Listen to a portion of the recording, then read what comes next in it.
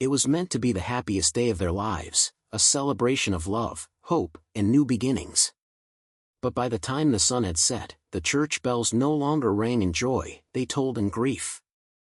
A wedding marred by tragedy, a family secret no one dared to speak aloud, and a mother whose jealousy consumed her completely. This is the story of Elise, Andre, and the mother who would rather destroy than let go. On what should have been their moment of bliss, the newlyweds' dreams turned into a nightmare. The bride, radiant in her gown, and the groom, ready to start a life far removed from his troubled past, never made it to the dance floor. Instead, their story would end with police sirens, shattered vows, and a courtroom gasping in shock. It's a tale of betrayal, of obsession so deep it blurred every boundary, and of a twisted love that defied reason. Elise, a young woman with dreams of a fresh start. Andre, a man desperate to break free from his past. And Vera, the woman who gave him life but couldn't bear to let him live it without her. What could drive a mother to destroy the very family she claimed to love? How did secrets buried for years finally erupt on a day meant for unity? And most haunting of all, how far would Vera go to ensure that if she couldn't have Andre, no one else could? If you're captivated by true stories that reveal the unexpected depths of human nature, make sure to hit that subscribe button and turn on notifications so you never miss our latest uploads. Dive with us into the mysteries, the heartbreaks, and the gripping tales that remind us how fragile trust can be. Join us as we uncover stories that linger long after they're told. Let's begin. Vera Jennings was the kind of woman who commanded attention the moment she entered a room. Tall, poised, and deeply charismatic, she had an intensity that drew people toward her, though not always for the right reasons. A nurse by profession, she was the backbone of her family and the heart of her community. Her son, Andre Jennings, was her pride and joy, a bright, talented young man who carried the weight of his mother's dreams on his shoulders. The Jennings family was well respected in their neighborhood, known for their church involvement and tight-knit bond. Vera's husband, Charles, was a hard-working man who adored his wife and son. Together, they seemed like the perfect family, always presenting a united front at community events, barbecues, and Sunday services. From the outside, their life seemed idyllic, a household rooted in love and tradition. But behind the warm smiles and family portraits lay cracks in the foundation. Vera was not just a doting mother, she was fiercely protective, often to an unsettling degree. From the moment Andre was born, she poured her entire being into him. She micromanaged his education, steered his friendships, and even influenced his hobbies, all under the guise of ensuring his success. Charles, more laid back and trusting, occasionally tried to intervene, but Vera's determination always won out. "He's my boy," she would say. "I know what's best for him." Though Charles loved his family deeply, he often felt like an outsider in his own home. There were moments when Vera's attachment to Andre felt less like maternal devotion and more like something no one dared to name. At first, these feelings were easy to dismiss as a father's overactive imagination.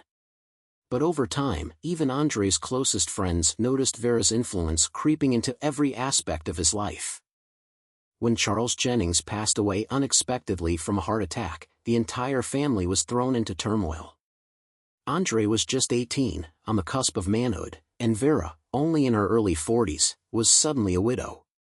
The loss hit Andre hard, but it devastated Vera in ways no one anticipated.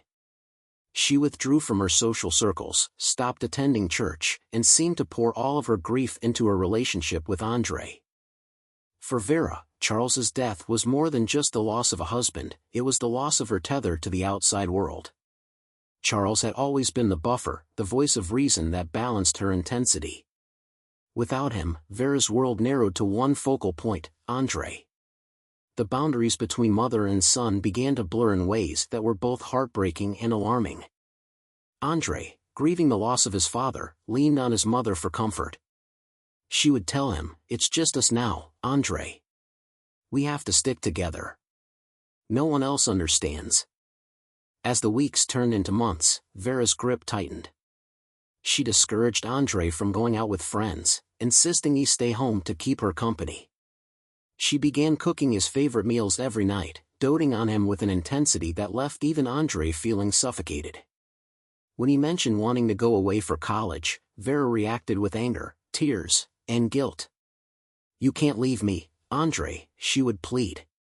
"We're all we have left." The signs were there, though few dared to acknowledge them.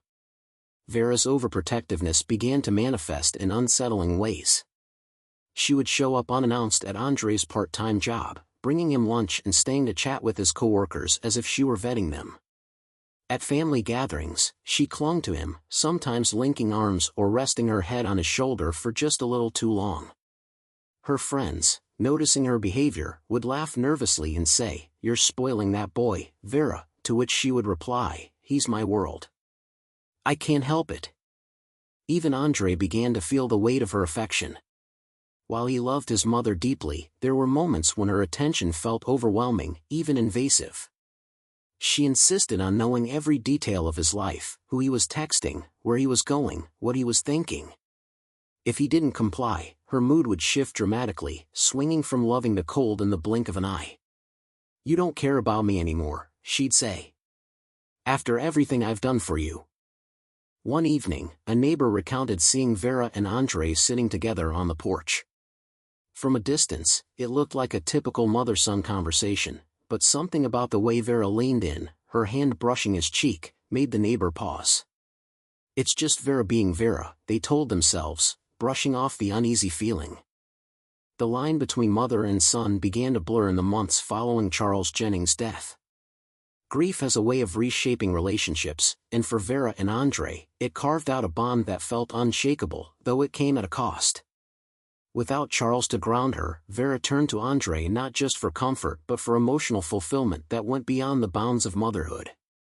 At first, it seemed harmless enough, a hand that lingered a moment too long on his shoulder, a private joke shared only between them, or a tearful embrace that seemed to carry an intensity neither could quite explain. It started innocently, as these things often do. Late-night conversations that stretched into the early hours, where Vera would recount memories of Charles and their life together. But soon, the focus shifted. The stories became less about Charles and more about Vera, her struggles, her sacrifices, her needs. "You're all I have, Andre," she would whisper, her voice thick with emotion. "I don't know what I'd do without you." But what started as a son's devotion to his mother slowly transformed into something neither of them could articulate, a connection that crossed a line they couldn't uncross. An affair started. As their bond deepened, Vera's control over Andre became all-encompassing. She was no longer just a grieving widow, she was the center of Andre's world, and she made sure it stayed that way. Every decision Andre made, what to study, where to work, who to spend time with, passed through the filter of Vera's approval. And when he resisted, she didn't lash out, she used guilt, a far more insidious weapon. "I sacrificed everything for this family," she would say, her voice trembling. "I lost your father, and now you want to leave me too." The weight of those words crushed Andre. He loved his mother, and the thought of causing her more pain was unbearable. He began to second-guess every step he took, wondering if it would upset her, if it would make her feel abandoned. But the control wasn't just emotional, it was psychological. Vera had a way of making Andre feel like she was the only person who truly understood him. "No one will ever love you the way I do," she told him one evening, her tone soft but unwavering. And in his vulnerable state, he believed her. She had been his constant, the one person who had never let him down. Her love, as suffocating as it was, felt like safety. Yet, beneath it all, Andre felt a gnawing guilt. He knew, deep down, that their relationship wasn't normal. He couldn't explain it, couldn't put it into words, but the unease was there. Still, he couldn't break free. Every time he tried to pull away, Vera would sense it and tighten her hold. A carefully timed tear, a well-placed reminder of everything they'd been through together, and Andre would find himself back in her orbit. As time went on, their bond grew more secretive. Vera, ever the master of appearances, ensured that no one suspected a thing. In public, they were the grieving widow and her devoted son. At home, behind closed doors, the dynamic was far more complicated. Vera orchestrated their interactions with precision.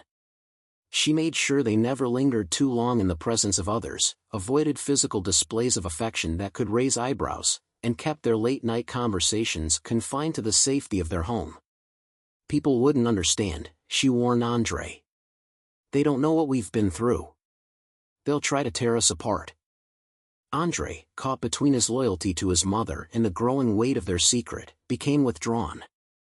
Friends noticed that he stopped confiding in them, stopped inviting them over. When they asked why, he would shrug it off, saying he was just busy helping his mom. But the truth was, he felt trapped in a web he couldn't untangle. Vera, sensing his internal conflict, used every tactic at her disposal to keep him close. She would cook his favorite meals, plan weekend outings just for the two of them, and remind him constantly of how much she needed him. And when that wasn't enough, she leaned into fear. "If anyone found out, they'd destroy us," she told him.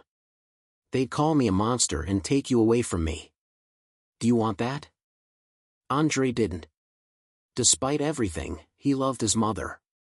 But that love was tangled with confusion, guilt, and a growing sense of dread. He began to feel like a puppet, with Vera pulling the strings. Every decision he made seemed to lead him back to her, as if there was no escape. And so, the secret festered. What had begun as grief and comfort had transformed into something dark, something consuming. Andre's life was no longer his own, it belonged to Vera. And as their relationship escalated, so too did the stakes. Vera's obsession with keeping Andre close would eventually lead them down a path from which there was no return. But the whispers began to grow louder. People noticed that Andre never seemed to bring home girlfriends, despite being a handsome and charming young man. Those who asked Vera about it received the same dismissive response: "He doesn't need distractions right now. He's focused on his future." And when Andre did start to show interest in someone, Vera's displeasure was swift and unmistakable. By the time Andre met Elise, a young woman with a bright smile and an independent spirit, the Jennings family dynamic was already teetering on the edge. Vera's grip on her son was as strong as ever, but Andre was beginning to pull away, desperate for a life beyond the suffocating shadow of his mother's love. What happened next would forever change the course of their lives. Elise Turner was the kind of woman who lit up a room without trying. Her energy was infectious, her laughter unapologetically loud, and her presence a breath of fresh air. Born and raised in Atlanta, Elise came from a family that valued independence and resilience. Her parents, both schoolteachers, instilled in her a strong sense of self-worth and the belief that love should be a partnership, not a prison. She carried these lessons with her into adulthood, determined to build a life that reflected her values. Andre first met Elise at a mutual friend's cookout, a casual event filled with music, laughter, and the smell of barbecue in the air. Andre, usually reserved and quiet in social settings, found himself drawn to her warmth. Elise had a way of making people feel seen, and for Andre, who often felt invisible outside of his mother's shadow, this was transformative. Their first conversation, light and filled with jokes, quickly turned into something deeper as they discovered their shared love of jazz music and dreams of traveling the world. For Andre, Elise represented a life he'd only dared to imagine, a life filled with freedom, mutual respect, and the possibility of a future untethered from his past. She was everything his mother wasn't: open, encouraging, and secure in herself. Elise's encouragement reignited something in Andre that he hadn't felt in years: hope. Hope for a life beyond the walls Vera had built around him. As Andre's connection with Elise deepened, so did his awareness of how stifled he had been under Vera's control. Elise didn't just show him what life could be, she made him believe he deserved it. Her confidence was infectious, and her unwavering support gave Andre the courage to start dreaming again. For the first time, he allowed himself to question the sacrifices he'd made for his mother's happiness and whether he could continue living in her shadow. Their relationship became a turning point for Andre. He began making small changes, declining some of Vera's constant demands, spending more time away from home, and exploring the interests he had once abandoned to appease her. Elise encouraged him to pursue his love of architecture, a passion he'd nearly forgotten in the fog of Vera's influence. Slowly but surely, Andre started carving out a sense of identity that wasn't defined by his mother. But these steps toward independence didn't come without struggle. Each move away from Vera felt like an act of rebellion, and the guilt weighed heavily on him. Still, Elisa's unwavering belief in him gave him strength. "You're more than what she's made you believe," Elise told him during one of their long, late-night conversations. Those words echoed in Andre's mind as he worked to reclaim his life. Vera sensed the shift almost immediately. Andre, who had always been at her beck and call, was suddenly unavailable. The dinners she cooked went uneaten, the long conversations she relied on were cut short, and his once dutiful attention now seemed divided. At first, she tried to brush it off as a phase, a fleeting distraction. But when she learned about Elise, her composure cracked. Elise wasn't just a new woman in Andre's life, she was a threat, a reminder that Vera no longer held the same power over him. The idea of Andre building a life without her was unbearable. Vera's jealousy, always lurking beneath the surface, exploded into full-blown possessiveness. She interrogated him about Elise, demanding to know where they met, what they talked about, and why he felt the need to spend so much time with her. But Vera's most dangerous weapon wasn't her anger, it was her manipulation. She began planting seeds of doubt in Andre's mind. "Are you sure she loves you for who you are? Or does she just like the idea of you?" she would ask, her tone dripping with concern. When guilt didn't work, she turned to fear. "You don't know her like I do, Andre. People like her will only hurt you in the end." As Andre continued to pull away, Vera's tactics grew more desperate. She feigned illness to keep him close, crying softly into her hands as she lamented how much she missed the closeness they once shared. When that failed, her tone shifted to one of cold fury. "After everything I've done for you, you're just going to leave me? For her?" But Vera's anger wasn't just directed at Andre, it was laser-focused on Elise. In her eyes, Elise wasn't just a woman, she was an enemy, a usurper trying to steal the life Vera had worked so hard to build. The hatred grew like a storm inside her, and with each passing day, it became clearer, Vera would do whatever it took to keep Andre from leaving her. Even if it meant destroying the woman he loved, and him along with her. Andre, caught between the love he had found with Elise and the loyalty he felt to his mother, didn't yet realize just how far Vera was willing to go. But Elise, perceptive as ever, sensed the danger. "You need to choose, Andre," she said softly one evening. "Not just between me and her, but between the life you want and the one you've been trapped in." For Andre, it was a choice that would set the stage for a tragedy no one could have anticipated. And for Vera, it was a choice she refused to accept. Even as Andre and Elise's relationship blossomed, the dark secret between Andre and his mother, Vera, persisted. Vera's grip on Andre remained ironclad. Despite Andre's attempts to create boundaries, Vera always found a way to pull him back into her web. She insisted he return home every night, using her health and fragile emotional state as excuses. "You know I can't sleep unless I know you're safe," she would tell him, her voice laced with guilt. Andre, burdened by years of manipulation, found it impossible to refuse her. Elise, oblivious to the truth, often accepted Andre's excuses for why he couldn't stay over. "She's your mom," Elise would say. "I understand. Family comes first." She had no idea that the closeness she admired between mother and son was a veil hiding something far more disturbing.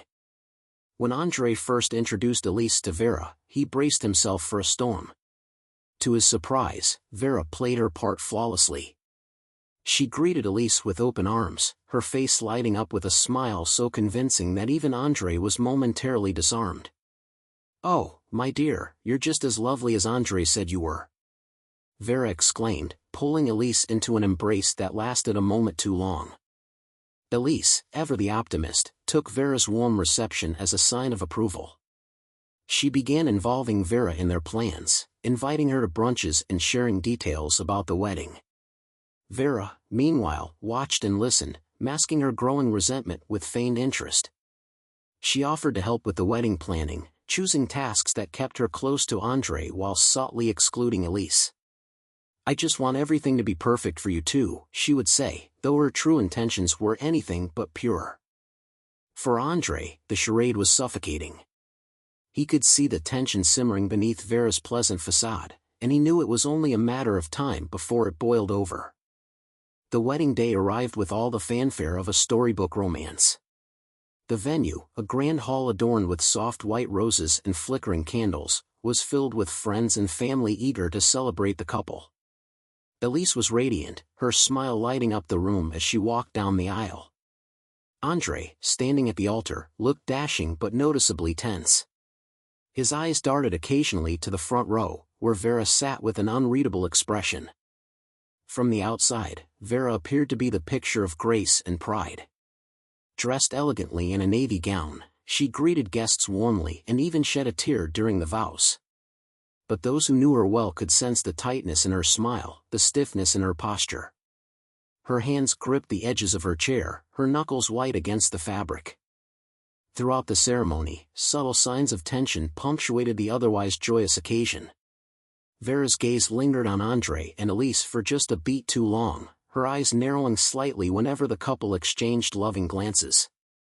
When Elise reached out to hold Andre's hand, Vera's jaw tightened imperceptibly, her mask slipping for a brief moment. The confrontation happened during a brief moment of solitude, away from the watchful eyes of the guests.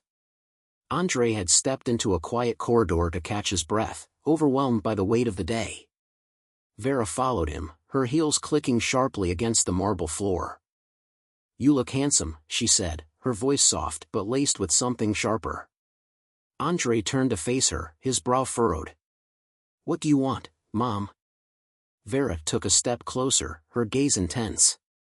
"I just wanted to remind you, Andre, that this doesn't have to happen. You can still walk away. We can fix this. Go back to the way things were." Andre's heart sank. "The way things were," he repeated, his voice rising. "Mom, don't you see? That was never okay. This isn't okay." Vera's expression hardened. "After everything I've done for you, this is how you repay me? By throwing me away for her?" "I'm not throwing you away, Mom. I'm just trying to live my life," Andre replied, his voice trembling. Vera's eyes darkened, her voice dropping to a chilling whisper. "If I can't have you to myself, no one will." The reception was a grand affair, filled with laughter, music, and clinking glasses. Guests mingled on the dance floor while Elise and Andre shared their first dance as husband and wife. Vera watched from the corner of the room, her expression unreadable. She held a glass of champagne in her hand, but her mind was elsewhere, calculating, planning. She had spent weeks preparing for this moment. Hidden in her purse was a vial of poison, its contents as deadly as her intentions. As the night wore on, Vera moved through the crowd with practiced ease, her smile masking the storm raging inside her. When the time came for the toast, Vera made her move. She approached Elise with a warm smile, handing her a glass of champagne. "To a beautiful future," she said, her voice steady. Elise, unsuspecting, raised her glass and took a sip. The effect was almost immediate. Elise staggered, her glass slipping from her fingers and shattering on the floor. The room fell silent as gasps filled the air. Andre rushed to her side, his cries of panic echoing in the hall. But as he cradled Elise in his arms, he, too, began to falter, the poison coursing through his veins. The reception hall, once filled with joy and laughter, had transformed into a scene of chaos and heartbreak. Guests screamed and scrambled for help, some frantically calling 911 while others tried to revive Elise and Andre. The sight of their lifeless bodies sprawled on the dance floor sent waves of shock rippling through the crowd. Elise's parents, Charles and Monique Turner, collapsed in each other's arms, wailing inconsolably as the magnitude of their loss set in. Monique, in particular, was overcome with grief, clutching Elise's wedding veil and crying out, "Why? Why would someone do this?" Andre's close friends, who had grown up with him, stood frozen, unable to process what they were witnessing. Many looked toward Vera, expecting the mother who had always been so fiercely protective of her son to be shattered. But Vera sat silently in a chair at the corner of the room, her face calm, her hands folded neatly in her lap. Her detachment was unnerving, and some began to whisper among themselves, wondering why she seemed so unaffected. The bride's family was inconsolable, their grief compounded by confusion. Who would want to harm Elise and Andre on their wedding day? Charles asked, his voice breaking. As paramedics arrived and began their futile efforts to resuscitate the couple, the guests slowly started piecing together the eerie puzzle: Vera's cold demeanor, her possessiveness, and her uneasy relationship with Elise. In the hours following the tragedy, a guest, suspicious of Vera's eerie composure, alerted authorities. As they arrived, police interviewed witnesses and examined the scene. A horrifying secret began to surface. Vera's erratic behavior had long been a subject of quiet speculation among some family members. Friends of Andre recalled moments that, at the time, seemed insignificant but now painted a chilling picture. One of Andre's childhood friends, Malik, told officers, "Vera always acted like Andre was her whole world. I used to think it was just because she was a single mom after his dad passed, but looking back, it was more than that. She wouldn't let him date anyone or hang out too late. She always made him feel guilty for leaving her alone." Others shared similar observations. A cousin remembered Vera's reaction when Andre brought Elise to a family barbecue. She acted like Elise was stealing something from her. Every time Andre tried to hold Elise's hand or talk to her, Vera would interrupt or pull him away. The most damning revelation came from a journal discovered in Vera's bedroom. Filled with entries that oscillated between obsessive love and seething resentment, the journal detailed her disturbing relationship with Andre. It described moments of intimacy between them, her jealousy of Elise, and her belief that Andre was hers alone. When the truth came to light, it sent shockwaves through both families. Elise's parents were devastated, not only by the loss of their daughter but by the realization of what had been hidden behind closed doors. "How could we have missed this?" Monique sobbed. "How could someone so sick hide it so well?" When officers approached Vera to arrest her, she remained eerily calm. As they read her rights and handcuffed her, she didn't resist or argue. Instead, she simply looked at Andre's lifeless body and whispered, "I did it for us." Her chilling words left even the most seasoned officers momentarily stunned. Vera's initial statements to the police were a mixture of denial and justification. "I loved him more than anything," she said during her first interrogation. "I gave him everything. She was going to ruin him, ruin us. He didn't understand what he was doing." Her demeanor remained unsettlingly composed throughout the process. While most would have expected tears, pleading, or even anger, Vera exhibited none of these emotions. Instead, she spoke of Andre as though he were still alive, referring to him in the present tense. "He knows why I did it," she told investigators. "He would have forgiven me." The evidence against Vera was overwhelming. Witnesses had seen her hand Elise the poisoned champagne glass, and the vial of poison was found tucked into her purse. The journal provided a motive so clear it left no room for doubt. Vera's arrest made headlines, with reporters dubbing her the mother who loved too much. As Vera sat in her holding cell, the reality of what she had done seemed to evade her entirely. She spoke to officers about the wedding plans she and Andre had made, as though the tragedy had never occurred. But the truth was inescapable: Vera Jennings' obsession had destroyed everything she claimed to love. What should have been a celebration of life and love ended in devastation, leaving two families forever shattered by her actions. The courtroom was packed to capacity on the first day of Vera Jennings' trial. Reporters filled the gallery, their cameras capturing every tense moment as family members, friends, and spectators watched with a mix of disbelief and anger. The tragedy had gripped the nation, not just because of its brutality but because of the shocking nature of Vera's relationship with her son. Prosecutors wasted no time painting a grim picture of Vera's obsession. The evidence was as damning as it was detailed. Forensic experts testified about the poison found in Elise's champagne glass, matching the remnants in the vial discovered in Vera's purse. Toxicology reports confirmed that the same substance had caused Andre's death, leaving no doubt about the murder weapon. Witness accounts further solidified the case. A caterer described seeing Vera slip the glass into Elisa's hand during the toast. A bridesmaid recounted Vera's cold demeanor at the wedding, mentioning how she had refused to comfort Elisa's mother after the bride collapsed. But the most compelling testimony came from Andrei's closest friend, Malik, who revealed chilling details about Vera's control over her son. "I knew something was wrong," Malik said, his voice shaking. "She always kept him on a tight leash, like she couldn't stand him being away from her. I thought it was just overprotectiveness, but after everything that's come out, it was so much worse."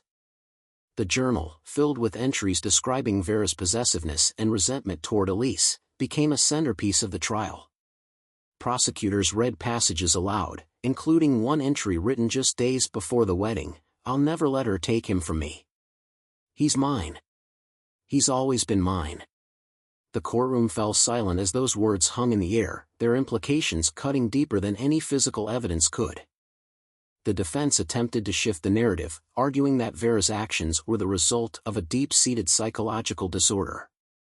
Expert witnesses presented a profile of a woman consumed by unresolved grief and an unhealthy fixation on her son. A clinical psychologist testified that Vera's behavior was indicative of an extreme form of dependent personality disorder, exacerbated by her husband's death and years of unchecked emotional reliance on Andrei. She lost her husband and latched onto her son as her sole source of emotional stability, the psychologist explained. Over time, this attachment became distorted. She no longer saw him as her child but as an extension of herself, someone who could never leave her without shattering her identity. Another expert delved into Vera's journal entries, pointing to language that suggested deep delusion and an inability to distinguish between appropriate and inappropriate boundaries. She genuinely believed she was protecting him, the expert stated. In her mind, this wasn't murder, it was a desperate act to preserve what she saw as their special bond. The prosecution countered with their own expert testimony, arguing that while Vera may have suffered from psychological issues, her actions were calculated and deliberate. "She planned this for weeks," the prosecutor said. "She purchased the poison, kept it hidden, and chose the perfect moment to strike.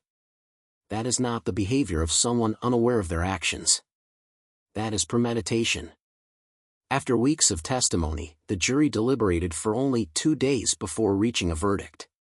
The tension in the courtroom was palpable as the judge read the decision: guilty on all counts, including first-degree murder. Vera showed no visible reaction as the verdict was announced, her expression as calm and detached as it had been throughout the trial. But her lack of remorse only fueled the anger of those who had lost so much. During sentencing, the judge spoke directly to Vera, his voice heavy with condemnation. "Your actions were not those of a grieving mother. They were the actions of a selfish, possessive individual who destroyed not one life but many. You have robbed 2 families of their futures, and you will now face the consequences." Vera was sentenced to life in prison without the possibility of parole. The courtroom erupted in a mix of relief and sorrow. Elisa's parents clung to each other, their faces etched with pain but also a sense of justice served. Andrei's remaining relatives sat in stunned silence, grappling with the weight of what had transpired. Outside the courthouse, reporters captured the reactions of the public. Some expressed outrage, calling for greater awareness of toxic family dynamics. Others focused on the tragedy of Andrei's lost potential and Elisa's stolen future. The story sparked national debates about mental health, familial boundaries, and the devastating consequences of unchecked obsession. As Vera was led away in handcuffs, she glanced over her shoulder one last time. Her gaze swept the room, landing briefly on Elisa's parents, then on the empty seats that had once been reserved for her son and his bride. She said nothing, but the faint smile that flickered across her lips as she disappeared behind the courtroom doors left an unsettling mark on everyone who witnessed it. Justice had been served, but the scars of that day, and the secrets that led to it, would linger forever. The aftermath of the tragedy left deep wounds in both families. Elisa's parents were consumed by grief, struggling to comprehend the senseless loss of their daughter. Andrei's extended family grappled with betrayal, torn between mourning him and processing the horrifying truth of his relationship with Vera. The community, meanwhile, was engulfed in outrage. Media coverage of the case sparked widespread shock and ignited conversations about the dangers of toxic family dynamics. People debated the warning signs and how such a tragedy could have been prevented. This story is a chilling reminder of how unchecked obsession can shatter lives. It forces us to confront uncomfortable questions about the balance between familial loyalty and personal freedom. The lessons are clear: boundaries in family relationships are essential, and red flags of controlling or manipulative behavior should never be ignored. Recognizing these patterns early could mean the difference between a healthy relationship and a destructive one. This tragedy leaves behind lasting scars, not just for the families involved but for everyone who bore witness. It compels us to ask, how far is too far when love turns into obsession? Let us know your thoughts on this case in the comments below, and don't forget to subscribe for more stories that reveal the darkest corners of human nature. See you in the next video.